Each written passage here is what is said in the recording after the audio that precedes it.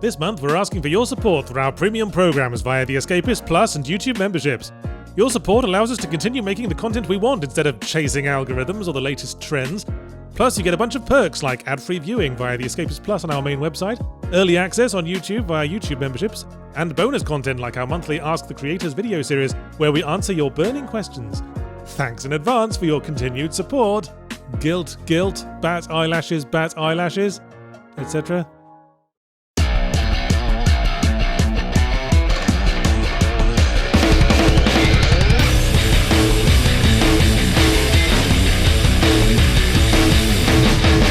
It's been so long since the last Amnesia game, I almost forgot it existed, ironically. LOL! And even longer since the last installment by Frictional Games. A Machine for Pigs was of course developed by the Chinese Room, and had all the gameplay of a supermarket conveyor belt covered in pork products. Not to mention a rather off-putting subtitle, but I remember saying at the time at least it didn't go for some incredibly generic one-word sequel name, inevitably beginning with the letters RE, in which case, oh dear, Amnesia Rebirth. You left the starting blocks, and one of your shoes has already fallen off. Between this and the Paper Mario Hole Punch boss, I really need to figure out a way to exploit my power to make exaggerated, terrible ideas reality.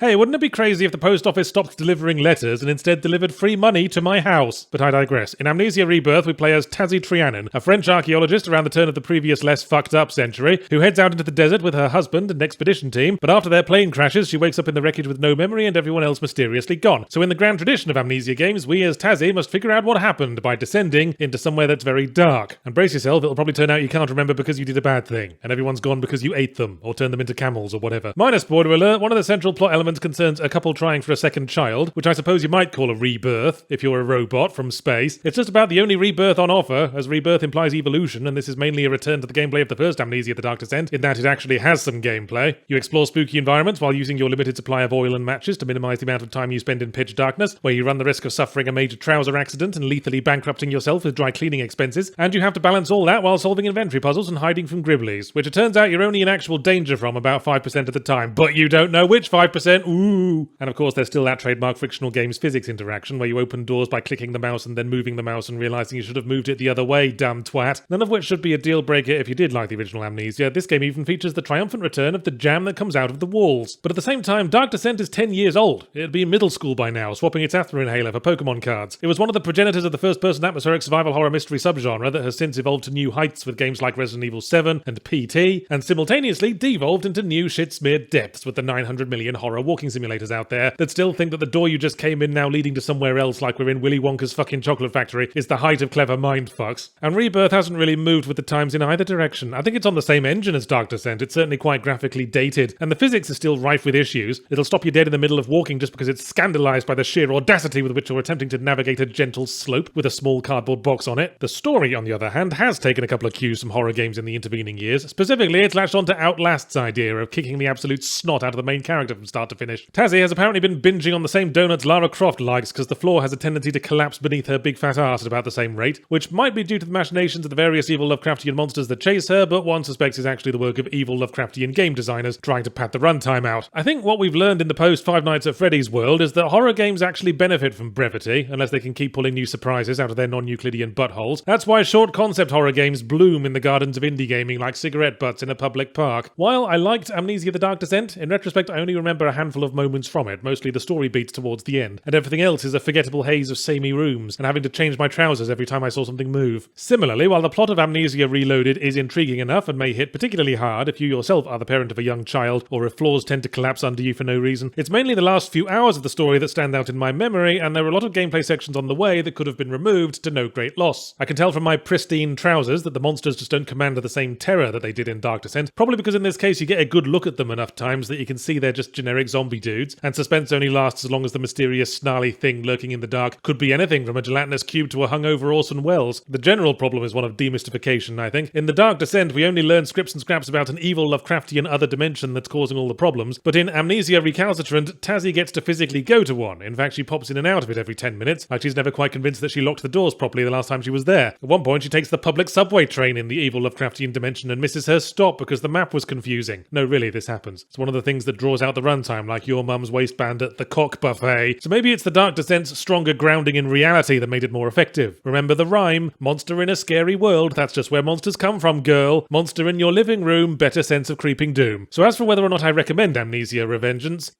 I suppose I have a hard time pointing to any specific deal breakers. Despite having its head a bit too far up in Magic Land, there's still enough of a human element that the story lands with effective emotional impact, and everything else is functional enough. It's just that Amnesia the Dark Descent was such an influential game of its time, I guess I was expecting more. Dark Descent brought us to an interesting place, and other games have since explored that interesting place further, but Amnesia itself seems to just want to stay in the car listening to Radio 4.